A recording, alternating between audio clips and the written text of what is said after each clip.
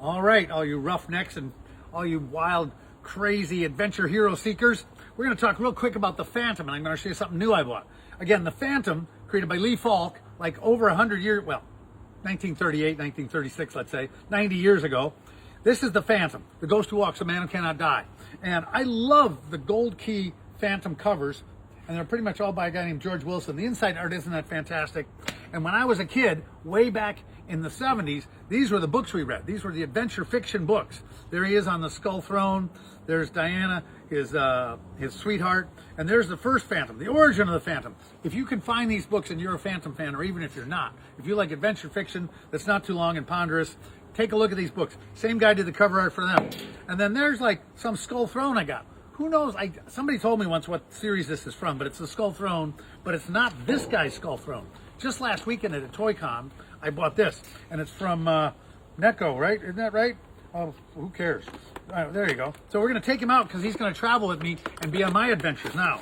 So if I can get him out of here, that is. So the great thing about the Phantom is he's the 21st generation. His name is Kit Walker, and he... if we can get him out of here. Hang on. Hang with me. I'm going to open my knife because I don't know what I got here. So there we go. I didn't plan this ahead of time, and luckily my camera person has got lots of patience. There we go. So here's the Phantom, and he looks pretty buff and tough. And he's got guns, and he's got a whip in here, although I never remember him using a whip. And he's got different hands, but there's the Phantom. Isn't he just tough as nails? Look at that guy. My goodness. He's never afraid. His name is Kit Walker. He never has a lot of problems. He's the first masked superhero. He predates Batman and Superman. And he was a comic strip hero way back when. So if you get a chance, take a look for the Phantom. And I'm just going to bring him with me when I travel. So if you see travel pictures with the Phantom, this is that Phantom. And plus he's got like the skull that he swore the oath to fight piracy on. Here's a couple of his guns. There's his different hands that have like the ring of friendship and the ring of the skull ring. And then here's a couple other crazy things.